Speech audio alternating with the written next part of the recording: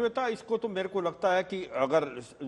रूस की overall strategy थी उसके अनुसार हर चीज तो चली नहीं है, कहीं ना कहीं उनको भी सेटबैक हुआ है, उन्होंने मिड कोर्स करेक्शन की है। मगर मुझे ऐसा लग रहा है जी ये बातचीत हो रही है जब इस्तांबुल में भी ये बातचीत हो रही है एक प्रकार से यूक्रेन और रूस के बीच में, मगर लड़ाई यूक्रेन तो लड़ रहा है पर पीछे से तो नेटो लड़ रहा है, और जब तक अमेरिका और रूस की बातचीत नहीं होगी ये लड़ाई रुकने का नाम इसलिए नहीं लेते। अब देखो कि अमेरिका को इस लड़ाई से काफी फायदा हो रहा है, जो बातचीत हो रही है गैस और ऑयल जो आता है यूरोप को और उसको 40% गैस देता है रूस, 30% के करीब ऑयल देता है, और वो अभी बंद करने की कोशिश हो रही है। अभी तो बंद नहीं कर रहा, ना जर्मनी कर रहा है, ना इटली कर रहा है, ना फ्रांस, मगर लगता है अगले 2 या 3 साल में अगर वो बंद होता है तो अमेरिका उस मार्केट को कैप्चर करना चाहता है। तो एक प्रकार से कहीं ना कहीं इकोनॉमिक फैक्टर ज्यादा इंपॉर्टेंट आ रहा है। दूसरा, जिस प्रकार से ये लड़ाई हो रही है छोटे छोटे देश घबरा गए हैं, उनको लगता है कि हमें भी अपनी सुरक्षा रखनी चाहिए।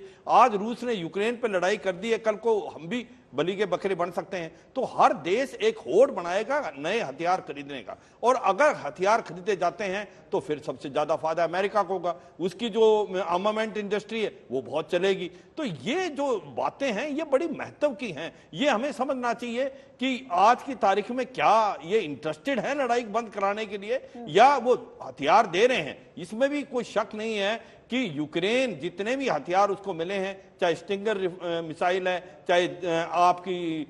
जो एंटी टैंक मिसाइल जेवलिन है, या आपके जो ड्रोन मिले हैं उनको स्विच ब्लेड, उनका बहुत फायदा तो उठाया है और उसने भी डैमेज रूस को किया है। मगर वो लड़ाई की उसको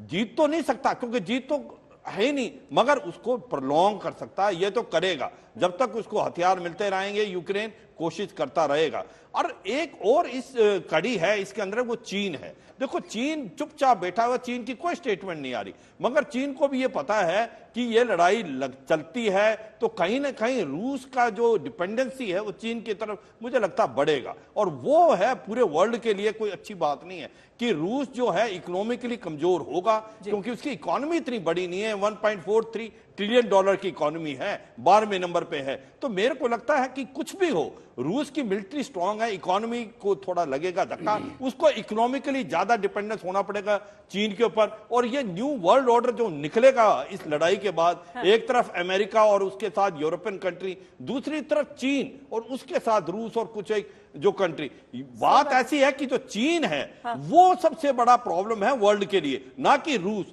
कहीं ना कहीं ये इस गलती ये हुई है जो अमेरिका ने प्रेशर डाला है रूस के ऊपर, क्या उन्होंने असली में ये तो नहीं कर दिया रूस और चीन को इकट्ठा कर दिया। असली प्रॉब्लम साउथ